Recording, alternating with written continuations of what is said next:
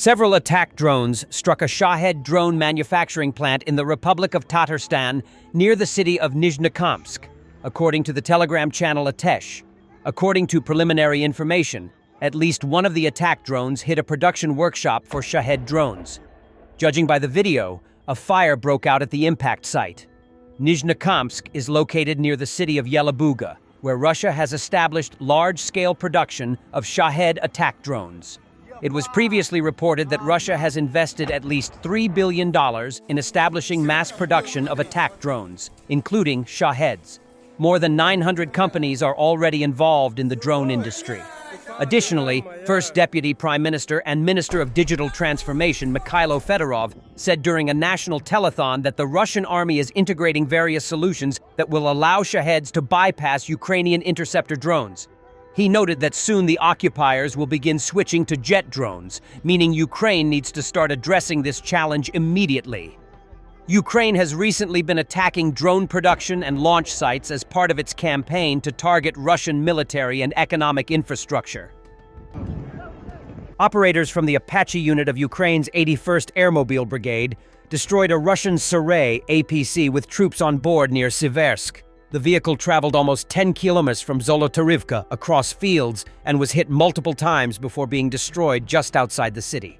The Apache unit of Ukraine's 81st Airmobile Brigade is a highly mobile assault force operating near Siversk, a key frontline town in the Donetsk region. Known for rapid strikes and precision raids, the unit specializes in clearing enemy positions, holding key heights, and disrupting Russian troop movements. In recent weeks, the fighting around Siversk has intensified as Russian forces attempt to break Ukrainian defenses and encircle the town.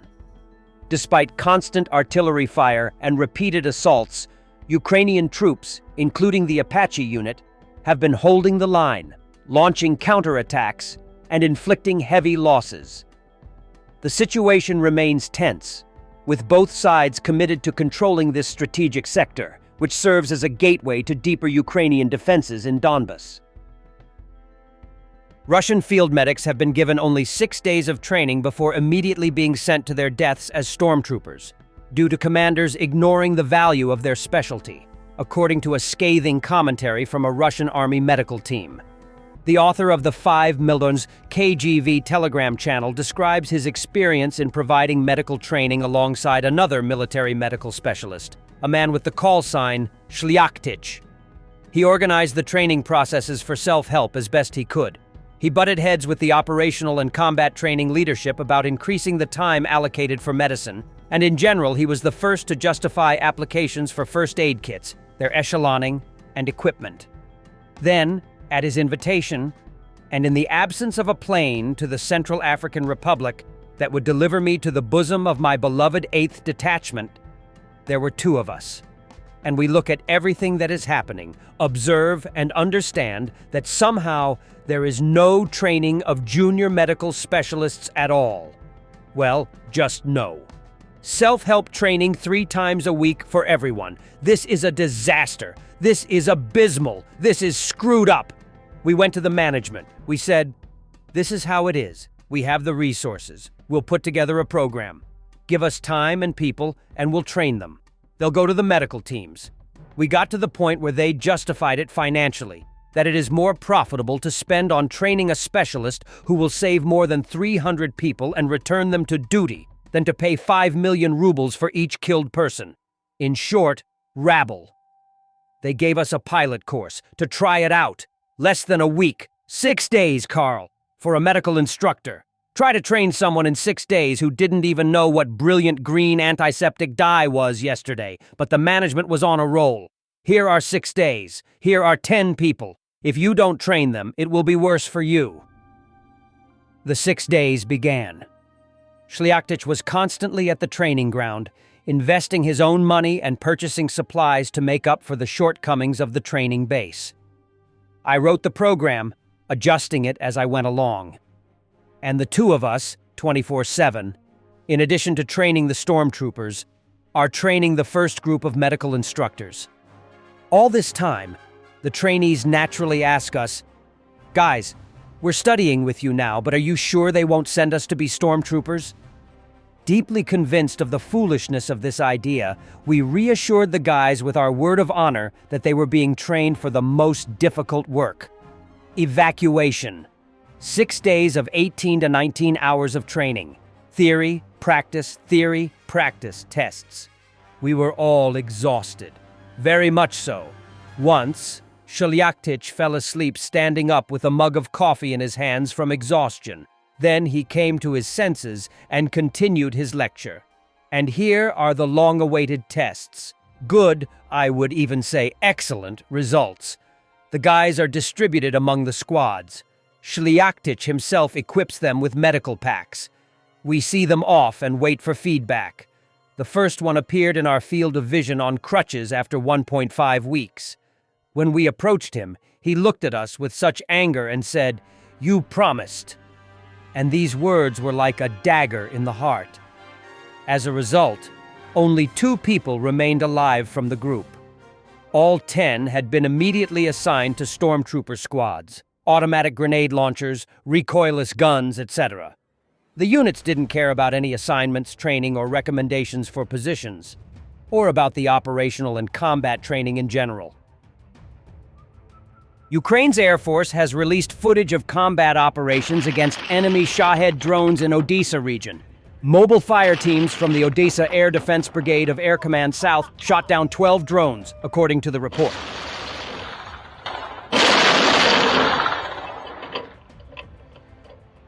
Поворачивай. Сбейте я! Давай. Пускаю.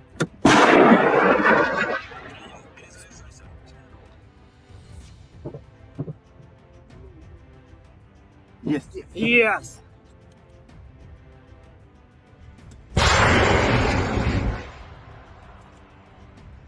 Давай, зайка, лети.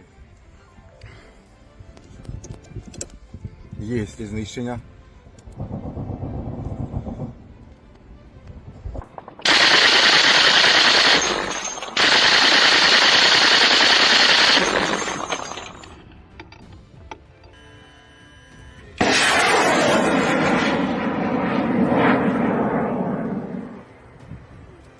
Подрыв повітря.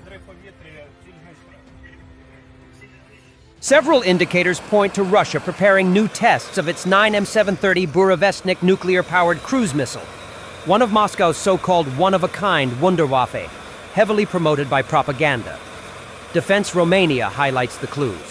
Firstly, from August 7th to 12th, Russian aviation authorities issued a NOTAM covering 40,000 square kilometers over Novaya Zemlya. At least 4 Russian vessels, previously anchored near the Pankovo test site, have moved into observation positions in the eastern Barents Sea, which is a standard safety measure during large missile trials. Also, in recent weeks, cargo ships have made multiple stops at Novaya Zemlya, suggesting logistical operations. 2 specialized Rosatom surveillance aircraft have also been spotted at airfields on the archipelago, another sign of planned testing.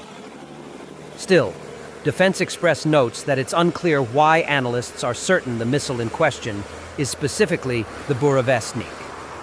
Western media tends to mention this weapon at least once a year in connection with possible trials, and this year's speculation may simply follow that pattern. Little is publicly known about the 9M730. Reportedly, it uses a nuclear-powered engine to achieve unlimited range, but how exactly it works remains unclear. It presumably activates only after launch by a solid propellant rocket booster. In theory, it should be launched in advance, loiter in flight waiting for a strike order, then approach its target via unexpected routes.